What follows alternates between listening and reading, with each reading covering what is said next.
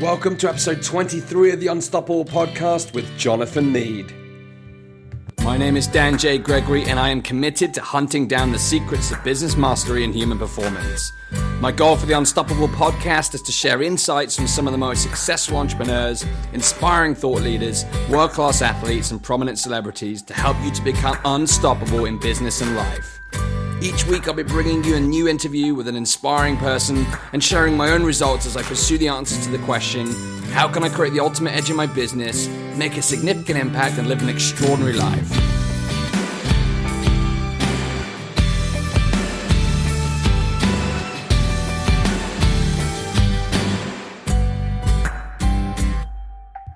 Welcome to episode 23 of the Unstoppable podcast. I'm really excited about today's guest. Today's guest is an irreverent pioneer, a champion for human wildness and a professional instigator. He quit his job at 23 after moonlighting on his own terms. Now in his early 30s, he's a full-time renegade and he's passionate about helping men to reawaken the giants sleeping within them. He's found that by helping men reconnect with nature, that they discover their own true nature and wild masculine strength.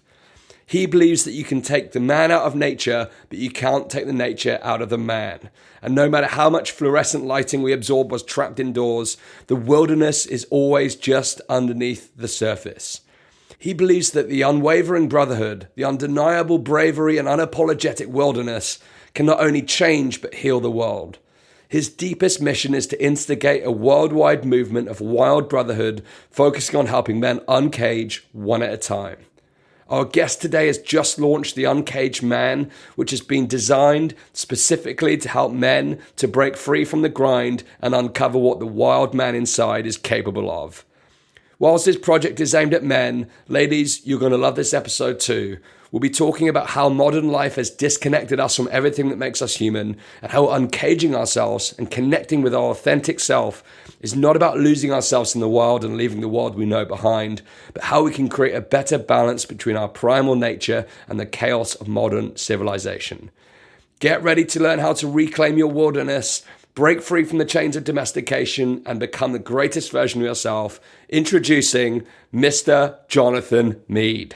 Welcome to Jonathan Mead. To give you guys some context, Jonathan and I have already had a very in-depth conversation recently, and it was highly relevant. I just spent some time down on the coast of Cornwall, clambering across the coastline and releasing myself from the city life, and it had a marvelous effect. And it was really relevant to some of the work that Jonathan does in terms of becoming the Uncaged Man. The context is very different this time. I've just spent 9 days bedridden, trapped in my little cage and having an interesting experience. I'm not someone who does ill, so we're going to have an interesting conversation about the importance of going outside. But without further ado, I can't wait to bring Jonathan in. Jonathan, would you mind for the listeners just giving yourself an introduction in terms of what you do now, frame who you are and what you do?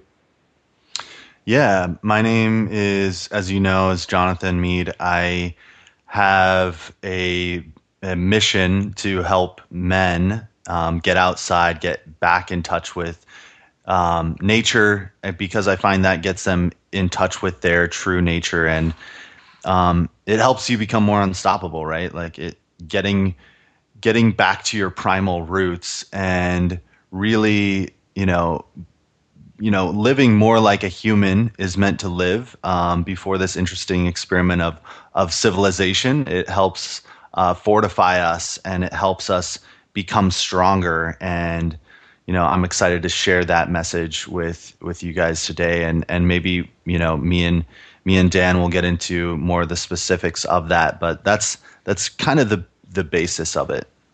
Awesome. And, congratulations to you for releasing the Uncaged Man, but I know it didn't all begin there. Would you mind just sharing a bit about your entrepreneurial journey so far and where it all got started? Yeah, I, like most people, I started, going from job to job. I've had so many different jobs. I've worked as a lumberjack, cutting down trees. I've, worked in fast food. I've worked, doing landscaping, doing freelance work, and then, I transitioned from that to trying to get more stable jobs, like working in cubicles and doing office work. And that was really what, after doing a couple of years of that, that's what really kind of led to the catalyst of me really questioning this and asking myself, is this really what I want to do? Is this really how I want to spend my life? Because in that life, in that, way of working, I really did feel caged in, and it's very relevant to, the work that I do now. But that led me to starting a personal development blog back in 2008. It was called Illuminated Mind, and I did that it's been about 8 years now.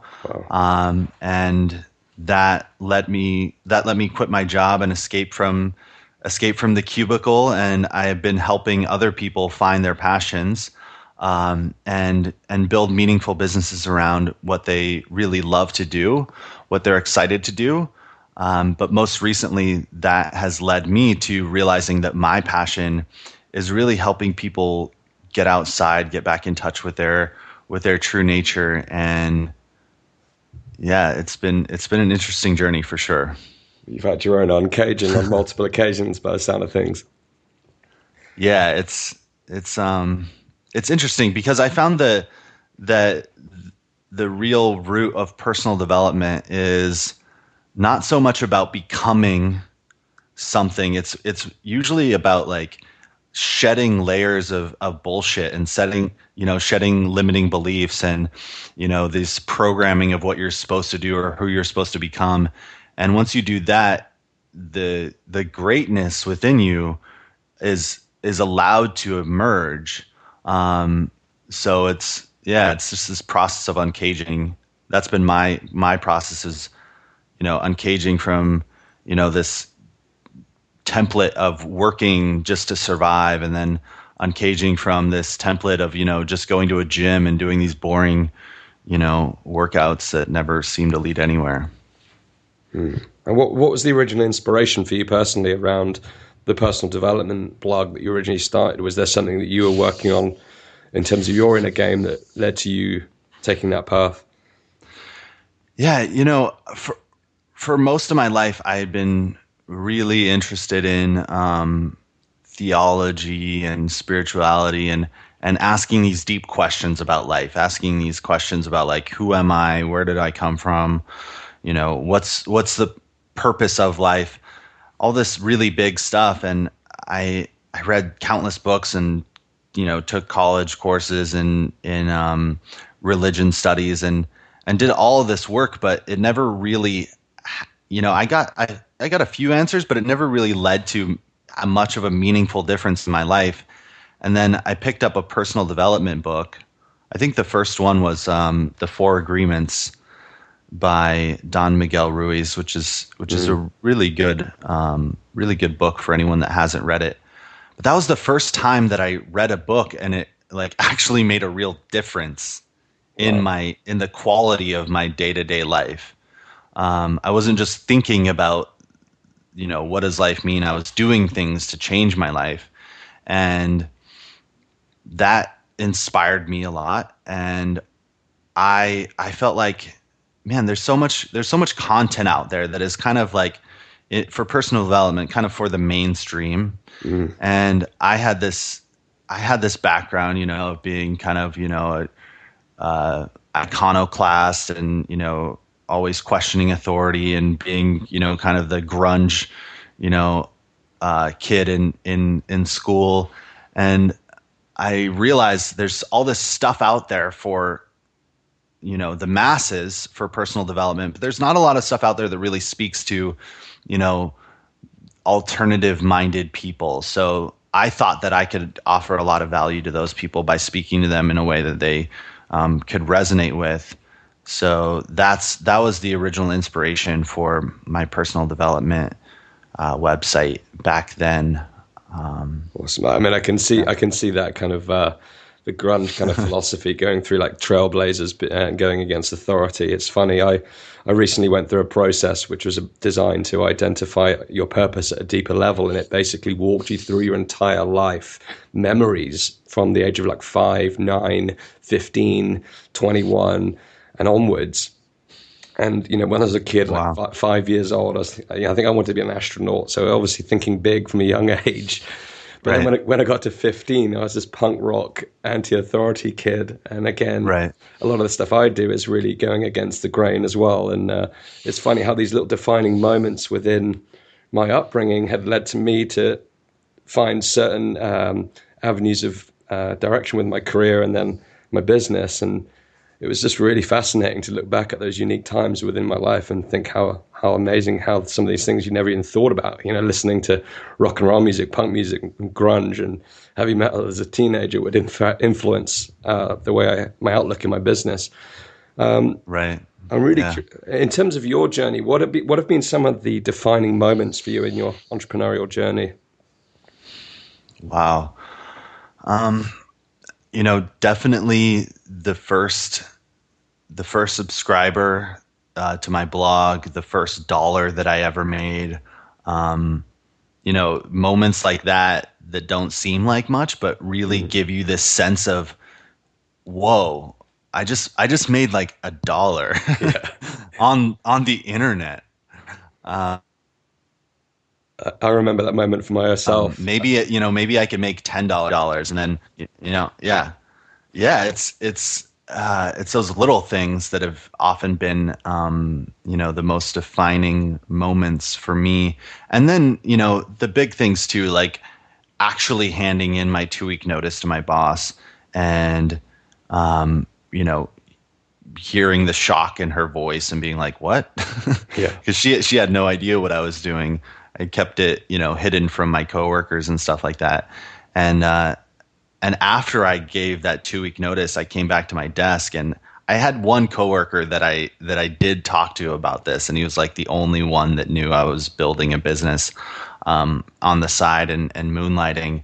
But he knew that I was going to give my notice, and he put a clock on my desk with this note on it, and it was like it had this note that said, during the Industrial Revolution, when an employee retired, they were given a watch or a clock to signify they had been given back their time. And it was simultaneously funny and also really emotional, because I realized in that moment, I had kind of reclaimed my own time, so to speak, and I could now do my own thing full time on my own terms, and I could decide the work that I get to do and the people that I want to work with. So that was definitely one of the biggest ones for me. Wow, significant. And how about when you launched your first course with was Trailblazers your first course? No, I had a course before that was just called Paid to Exist. That was before. So my website started as Illuminated Mind, and I rebranded it to Paid to Exist. And before I rebranded it, I had a course called Paid to Exist. And then that kind of evolved into Trailblazer, and then that became my sort of flagship product. Awesome. And what were some of the biggest challenges you faced in terms of building your brand and your following online? Man, just I think obscurity, when no one knows about you, everything is harder. When no one knows what you do or who you are, it's really difficult to, get exposure, to get people to listen to you, to want to trust you, to want to work with you.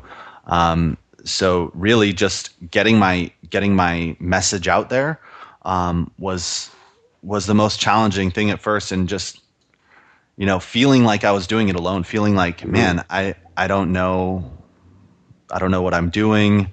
I've never been an entrepreneur before. I don't have my grandfather is a plumber, and he has his own plumbing business, but it's a little bit different, right? Yeah.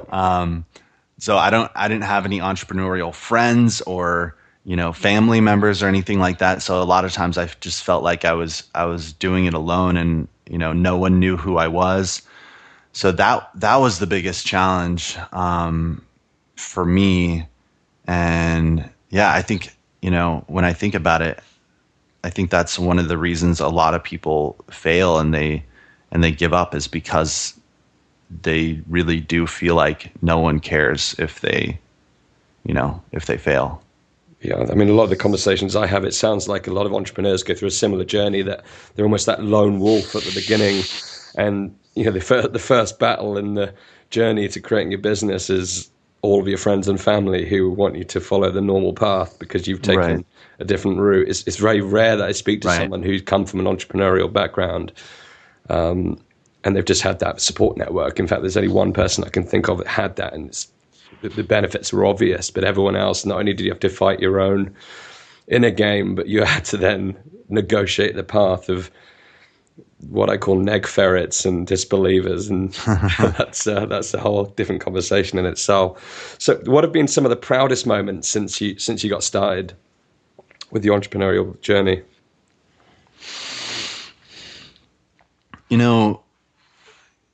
I get so much value out of the emails and the messages from people telling me that my work has changed their lives or has really made a real significant difference. But the biggest thing, because emails are great, but it's sometimes it's horrible. But I'll get an email like that and I'll be like, oh, whatever, and then I'll just archive it. But going to a conference or doing an event and then meeting someone in person and having them tell you, and you can see their face and they're excited and they're telling you about how your work has really changed their lives in person, and you can't just deny it. It's there and it's real, and you're like, oh wow, this isn't just someone an anonymous person behind a computer screen. I think those are the moments that really make a difference for me, because that's the challenge of doing things on the internet. Like, you can get a lot of likes, but you don't really see the difference you're making in people's lives. So that, I think those are the moments that really make it all worth it for me. Nice. And before we talk about the Uncaged Man, I'm just keen to understand some of your own personal kind of success principles, some of your philosophies for success and what it takes to find greatness. What are some of the principles that you live by?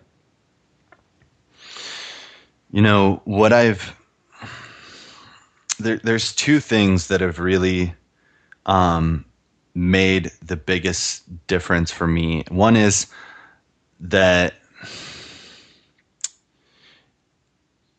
doing what you can't not do is the best way to succeed. So really going all in on the thing that you're obsessed with, the thing that you're most on fire about, the thing that you can't, you really, like, you have to actively sometimes hold yourself back from doing it too much, because if you did, you wouldn't do anything else in your life. You wouldn't spend time with your family, you wouldn't clean your house. You might not eat. That is the thing that I found I need to go all in on, and not worry about being good at, all the other stuff that I see other people really excelling at. I just have to really accept and trust that. So that's definitely one of the biggest ones for me. The other one is really just giving myself permission that I can do it the way that I want to do it. So, I think so often we see the way other people build their businesses, or we see the way other people work, and we think that we need to be like them in order to succeed, or we need to follow a certain sort of, formula in order for our businesses to work, in order for us to be successful. And when I do that, I just feel like shit. I feel like I'm not good enough. I feel like I'm trying to make myself into something that I'm not. But for a long time, I didn't realize that. I just tried to do that and it didn't work. And I just judged myself and shamed myself for it. But in the last couple of years, I've more and more just been asking myself this question, like, what do I really want? And can it really be the way that I want it to be? And just being curious about that, and then, you know, conducting little experiments to see if it is possible. Yes. So I think those are definitely the two biggest ones for me. I could share others, but if I could leave people with just those two, I think that would be amazing. And in terms of the first one, in terms of the things that you can't not do, how does someone find that? That's profound, but you know, I don't think everyone is blessed with the gift of knowing what that is. So how does someone go about finding those things? So if you don't already know it, and if you don't already, you know, accept it, then I feel like it's usually either one of two things happening. It's that you're probably already doing it, and you already are spending a lot of time on this thing, but you haven't acknowledged it, and you haven't seen the value in it. So what you need to do is ask people around you, you know, what do you think I'm great at? Because we often second guess what is second nature to us. It just feels so normal. It feels so integrated into who we are that it's invisible to us. So the way you make it visible is by asking people you love and people that are close to you, you know, what do you think my strengths are? What do you think my passion is? What do you think my value is? And trusting that those people are going to have your best interest at heart. So you really should focus on people that you know love you and you can trust. The second, so that's the first one. The second one is if you aren't already doing it and it's just the problem that you can't see it, usually what's happened is you've gotten so disconnected from your passion and what makes you come alive because you've had so much conditioning or so much time spent not doing things that you enjoy. You know, you've really dumbed down your passions, and you haven't given yourself any permission to really even consider that you could do what you want to do. So if that's the case, I think that you really need to get back in touch with, you know, what did I really love to do before all of this stuff happened? And for most people, that's usually going to be somewhere in their, you know, in their childhood or their early teen years, because in that teenage, you know, sort of high school, college, university, you know, time period, that's when that conditioning really gets piled on thick, and we really start to think that, you know, we need to get serious, choose a safe, predictable job, and we really start to push down our desires and our passions. I think that's a really interesting point, and I think it would lead us very nicely into the Uncaged Man, because when we spoke last, I was down in the coast of Cornwall, and part of my daily rituals is I'll complete a journal every single day, and to keep it fresh, because the process of doing a journal, it can become quite mechanic, and you know, you can ask yourself different questions every day, and if you do it for too long, it's like when you're in the gym or you're working out, if you do the same thing repeatedly for a long period of time, your muscles adapt. So I just changed my questions, and I came up with 10 new questions. And one of the questions was, what am I happy about right now? And bear in mind, I was at a beautiful beach, the sun was shining, I was overlooking the sea, and I struggled to answer the question, which is a very simple question, what am I happy about right now? And I was racking my brains. I was thinking, come on, Dan, what's happened to you? I'd been working so hard on my business that I kind of lost sight of everything else. So I had to change the question to what makes me happy. And that was easier. You know, I could come up with a whole list of things that really make me happy. But what had happened, I'd been so focused on business that I was really not even doing some of the basics, some of the things like listening to music consistently. You know, right. We touched upon musical interest. When I was growing up, I always had whether it was a tape deck or a CD player or a mini disc player or something, always where I lived. And now we live in this digital world. You know, I plug my phone in or my laptop into some speakers and we have music, but it doesn't become habitual. It's not part of my life. So even something simple like listening to music that makes me happy, I wasn't doing. And it just took that moment of realization, actually, that there is a lot of simple things that I could easily do each day to enhance my own happiness. But it just took that experience of reflecting to really realize what was missing. But also, I spend a lot of time reflecting every day, regardless of what I'm grateful for. And there was a real distinction between what I'm grateful for and what makes me happy.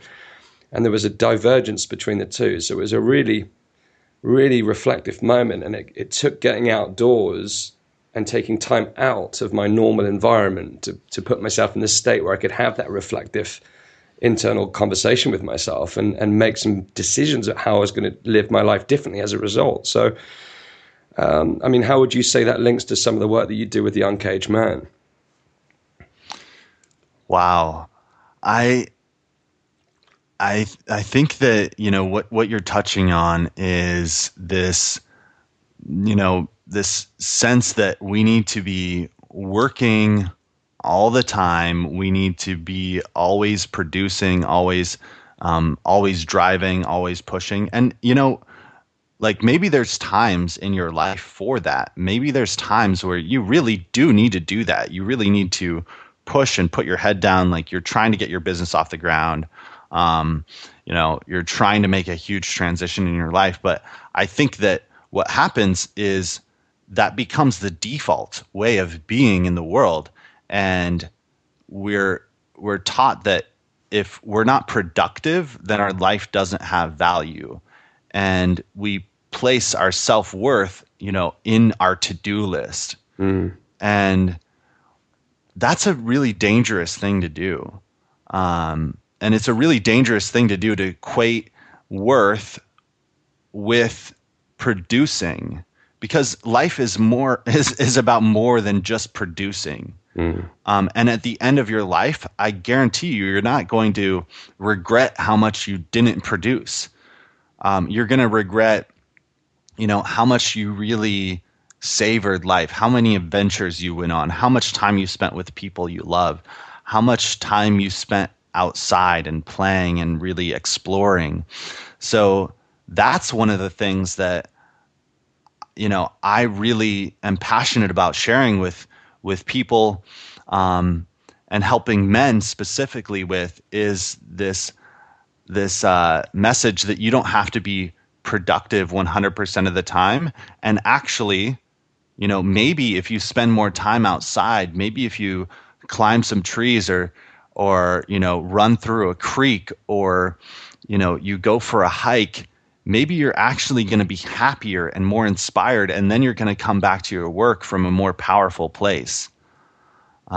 So that I feel like has the ability to really change your life, but it's so easy to think that you don't have the time for it. It's so easy to make it the last thing on your to-do list.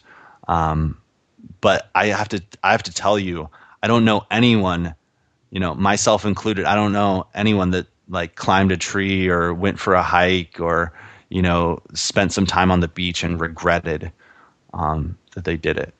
Absolutely. I mean, that day was a transformational day for me. It didn't have to be, I spent half a day at the beach, and that has charged me up for weeks since that occasion. So I think, people think about they have to be outdoors all the time, how they're going to fit it into their lifestyle. You can charge up by spending a certain period of time out. And I made some big decisions that day, and it links back to your second point about your success mantra in terms of how you do things. It's like, well, if I'm not happy, then I can't be happy with the work I'm doing. And if I'm not happy with the work I'm doing, then what am I doing? So I had to look at some of the processes as well. And what happened is I looked at some of those formulas you spoke about, some of those blueprints, and I was following someone else's blueprint. But I think you have to look at the principles, and then without going off track, you have to look at the principles and see how it applies to you as a human being. But it took me uncaging in that moment to really see that I was following the wrong blueprint. I was following someone else's blueprint and not my own. Yeah. And it's easy to get, seduced into that, especially when it feels easier because someone else has the blueprint and all you need to do is follow the steps. But if you follow those steps and it wasn't aligned with who you are, it doesn't even matter if you're going to be successful at it. Like you might be successful and then realize, oh, I'm successful at playing someone else's game. Absolutely not fulfilled. Yeah, you have to play your own game. And it's harder to do that, and it's scarier, but that's where the real rewards are. So talk to me about what are the core principles of the Uncaged Man? Yeah, well, one that we just spoke on is that we never put wildness at the bottom of our to-do list. We never put going outside and getting in touch with nature at the bottom of our priorities. That is the priority that really feeds and nurtures everything else in our lives. When I don't go outside, I feel really sad. And it only takes a few days of not going outside, and then I start to feel really depressed, and sometimes I don't even notice it until it's really bad, and then I'm like, whoa, what's going on here?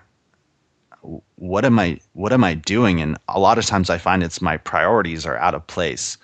So that's one of the biggest ones. The next one, that I'm really passionate about sharing with people is that this isn't just uncaging and reclaiming your innate wildness isn't just for, the John Muirs and the Jack Londons and the Bear Grylls types of people of the world. This is for everyone. This is for, blue collar workers and dads and husbands and, brothers. This is something that can benefit, everyday type of people. You don't have to, if you decide you want more wildness in your life, you don't have to, leave everything behind and go live in a commune or, I don't know, hole yourself up in a tree or something like that. So what does it mean to reclaim your wildness? What does that mean to you?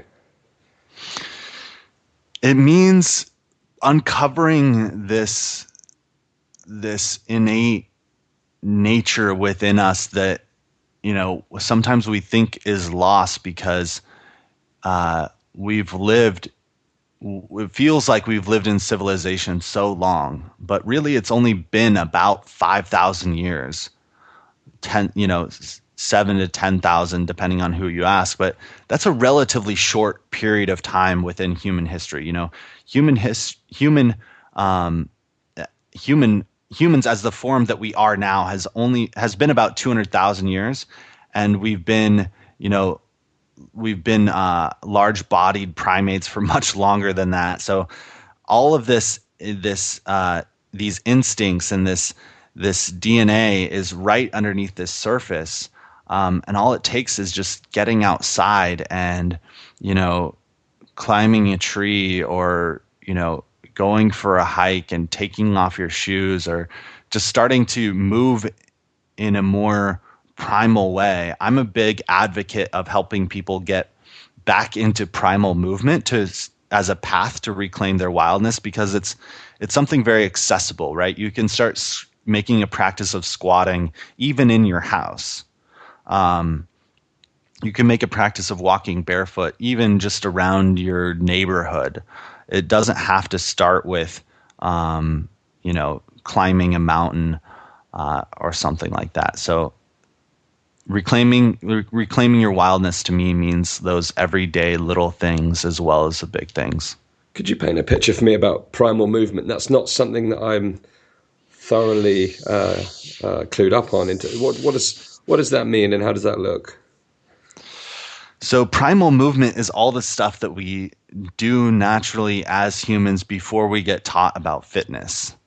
So if you look at a a toddler or baby, like what do they start doing? Well, first they start learning how to control their spine and their arms and stuff like that. Then they start crawling. Then they start, climbing on things. Then they learn how to walk and run. And then they start swinging on things, right? They start trying to climb bigger things. They don't just climb the couch. They start hanging on tree branches and monkey bars and things like that. So primal movement is about, crawling on the ground. It's about squatting in a deep squat that, that's the natural human resting position. It's about, taking off your shoes and using the feet that you have. And yeah, it's really about using your body in a more natural way. So not so much gym style workouts, but how are humans meant to move? And that looks like a lot of crawling, running, jumping, vaulting over things. Rough housing is a big one too. Fighting. That's something not a lot of us do these days, but that's a essential human nutrient that we all need, especially men, because men were the hunters and protectors of the tribe, and we're wired to be aggressive, but we don't have outlets for that as much anymore. So that's another really big one that's missing from most people's lives. I mean, that's a really interesting point. I think that's something, particularly for men, is so important. We have this inborn, naturally wired sense of adventure, sense of spirit, sense of strength and power. But modern living doesn't really facilitate any of those core natural desires or innate kind of inbuilt systems within our body. And what I love about what you're saying is that this alternative way of expressing yourself as a human being through primal movement gives you the opportunity to reconnect with some of those more primal forces within us. Right. Yeah. One of my inspirations is Jack Donovan, and he says one of the great tragedies of modernity is the lack of opportunities for men to become who they are. Wow. And when you put it at it that way, it's like, yeah, we are naturally hardwired as men to take risks, to seek adventure, to fight, because that allowed us to protect the people in our tribe. We're hardwired to want to hunt and, to provide for ourselves and to provide for our tribe. But modern life doesn't have a lot of those opportunities. So we either have to find some other outlet for them, or we have to find a way to kind of recreate those. And that's one of the biggest facets of my work, is because with civilization, we've outsourced the need to move from our lives for the most part. We've outsourced the need to hunt. We've outsourced the need to protect, but we still have these bodies that want to do these things. Yeah. You know what I mean? That's the challenge. So how do we recreate these things in our lives? How do we reintegrate them in a way that can serve us and that can, really fulfill us at a deep sort of primal level? Awesome. And, I think it's so important for every type of man listening to this, whether you're an entrepreneur or someone working in the corporate world. For me personally, I pride myself on this inverted commas laptop lifestyle, but really it's quite unsexy. I spend a lot of time working from my desk at home, which is in a little box in a little box apartment on the harbour side. I've got this beautiful place right on my doorstep, but I spend so much time, locked up indoors with this laptop. And I think it's so important to reconnect to the outdoors on a number of reasons. And I think what I was saying at the beginning of our chat was that having been ill for that 9-day period, stuck completely indoors, I'd started to question who I was and what I was doing. And I just think getting outdoors gives you that deeper level. I don't know what it is about doing it, but gives you a deeper level of, or a deeper sense of clarity, which I think as a man is such an important thing. Yes.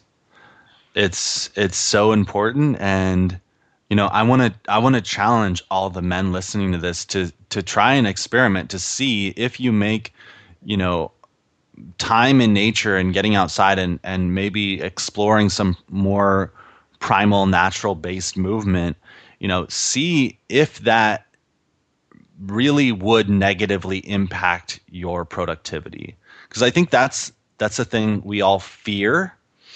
We think that if I do this, then I'm not going to get stuff done, or blah, blah, blah, blah, blah. I would like to challenge that. I would like to see if it might actually make you more productive, if it might, and not just productive, but also happier, because there's value in that. There's value outside of just productivity. But I've actually found that when I make time for, climbing, or, just rolling around on the ground, or taking a walk in the woods, I feel happier and more inspired and more alive. And then I come back to my work from a more powerful, inspired place, to where I want to, do my work. And I'm not just trying to force myself through, my tasks and overcoming resistance. And, it feels easier to me.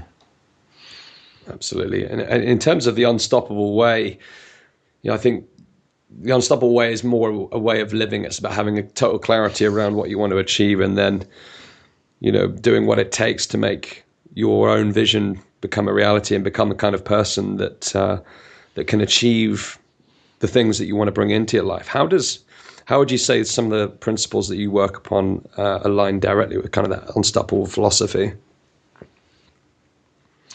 Well, something I've been really reflecting on lately is how nature nurtures us. And there's all these sort of, scientific studies that have been coming out about how, spending time in nature makes us happier, it makes us more generous, it makes us more positive. And I think that's great, even though I think it's a little silly when we need scientific studies to point out things that are kind of obvious or common sense. Like, we don't need a study to tell us walking is good for us. We don't need a study to tell us blueberries are good for you. But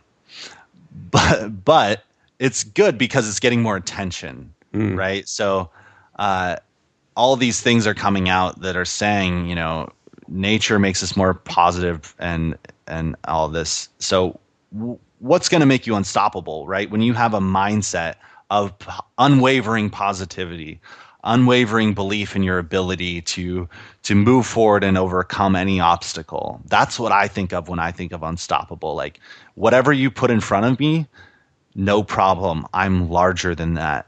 I am bigger than that. And nature, feeds us with that fuel, that, not just that positivity, but also, it fortifies us. It makes us healthier, and it makes our bodies stronger. So I can't think of anything else that could make you more unstoppable than that. I mean, have you ever seen a hurricane? Not in person, no. It's pretty unstoppable, man. Yes, force of nature, for sure. Yeah. So there you go. So what are 3 things the listeners can do right now or in the near future to uncage? What are the 3 things they could start by doing? Yeah. So my number one biggest thing is when you make a cup of coffee in the morning, or when you take your dog out, take a few minutes just for moving your body, maybe crawling around on the ground, or if you want to make it really simple and you just want to start with one thing, practice squatting, holding a deep squat with your heels on the ground, reclaiming this position, this fundamental foundational position is one of the biggest, most important things you can do, because it's going to unlock a lot of more advanced primal movement. So that would be one. I would say, if you have any sort of meetings or calls, try doing them outside. Do them on a walk. If you have a mastermind group, consider having your mastermind on a hike. Why not? I think that one of the barriers for people is they think they need more time to do these things. and we all feel overwhelmed and we all feel stressed out because we don't feel like we have enough time. So we need to find ways to integrate these things and embed them in the fabric of our lives, in a way where it's just we layer things. So if you're going to brush your teeth, why not do it in a squat? You're brushing your teeth anyway. So those, yeah, making a morning practice of movement, doing meetings or masterminds outside. Yes. And then, finding a movement practice that really speaks to you. So that could be, climbing, it could be hiking, it could be dance, it could be martial arts. What is that sort of primal movement practice that you feel called to, that you can use as a way to get back in touch with your true nature? I feel like the body is the fastest path to reclaiming your wildness. It's this ancient intelligence. It's this ancient architecture that we all have access to. We all have bodies right here, right now. So really getting back in touch with them and finding, the way you want to move in a primal way that really speaks to you, I think is one of the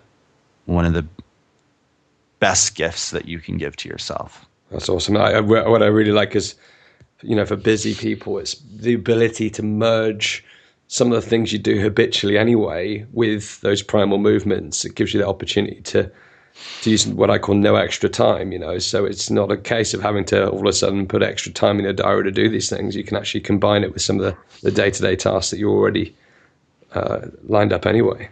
Yeah, man. Integration over separation, 100%. Awesome. It's my philosophy. Awesome. So just before we get into the final round, the quick fire round, what's your driving force at the moment? What's your mission with the Uncaged Man? Yeah, my driving force is to help men reconnect with their innate wildness through making a practice of primal movement, and as much as possible doing it with other men. I found that I am more inspired when I'm moving with other people, when I'm practicing with other people, and yeah, that's been huge for me. So that's my driving force right now. That's what I'm orienting all of my efforts around. I think there's that kind of need for brotherhood as well. We talked about this in the past, that there's been this obviously massive revolution for women over the past 50 years, which has been fantastic. But as a result of that, men are now kind of figuring out their place in the puzzle. And I think men are on a cusp asking a lot of questions themselves in terms of what is their role now. And the stuff we've talked about today, I think, lends itself very appropriately to finding yourself in terms of going back to the wild and reclaiming who you are, and really forging your own identity through some of the processes that you've talked about. Absolutely. Cool. So the quick fire round to finish up today. If you had to start your entrepreneurial journey all over again, knowing everything that you know right now, what would be the first thing that you would do? The first thing I would do is I would start a mastermind. I would get in touch with, 4 or 5 people that I respect and that I admire that are further along with me. And I would bring value to them by organizing this group and taking care of all the housekeeping elements of it. And through that, I would, start building those relationships with people to help me with my business, but also hold me accountable to the actions that I want to take. Because as we were talking earlier, one of the hardest parts about entrepreneurship is doing it alone.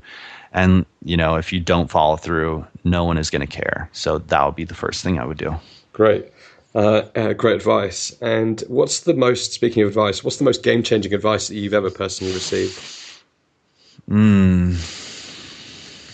Do what you can't not do and go all in on you. I shared that earlier, but that's liberation right there.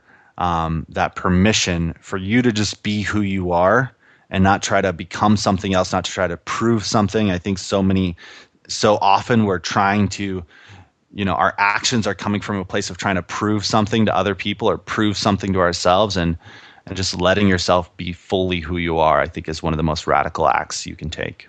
Wow. Well, so many quotables in that one paragraph. That's amazing. Finally, what does being unstoppable mean to you?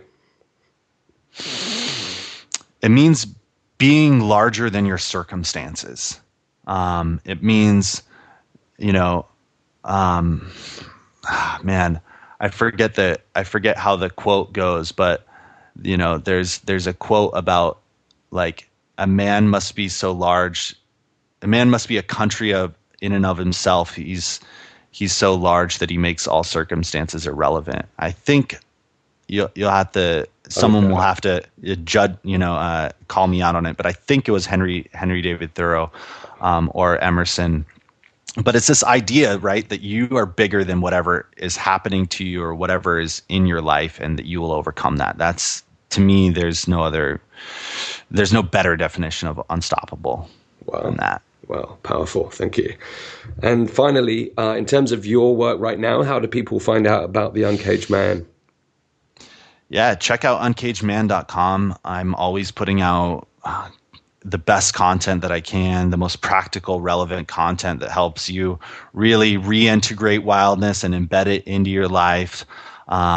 We have a Facebook group that is going really strong that you can check out on there. Guys are connecting with each other and supporting each other with this work. So if that's something that speaks to you and you want more brotherhood in your life, you can definitely join our group. But I'd encourage you to check out what we're doing and see if it speaks to you. And if so, we'd love to have you in our tribe.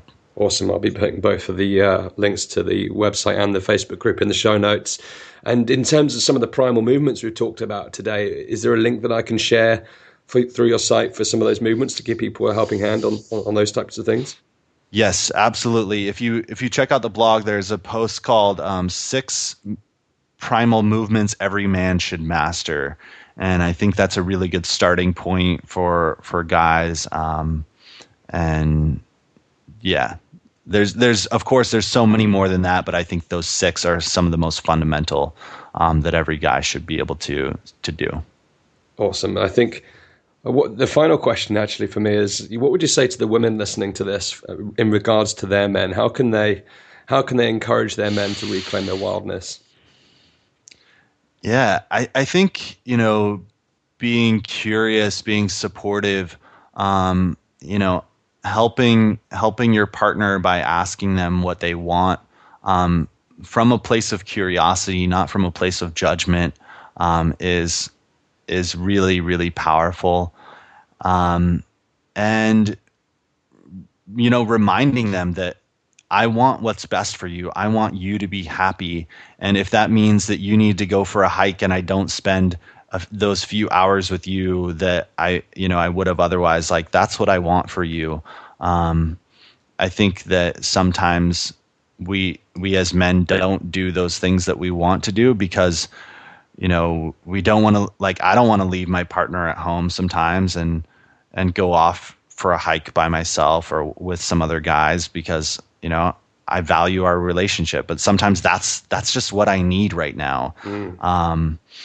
So, and she trusts that I'm going to do that and come back to our relationship with more energy and from a better place. So, maybe reminding your partner of that, I think, could be really useful.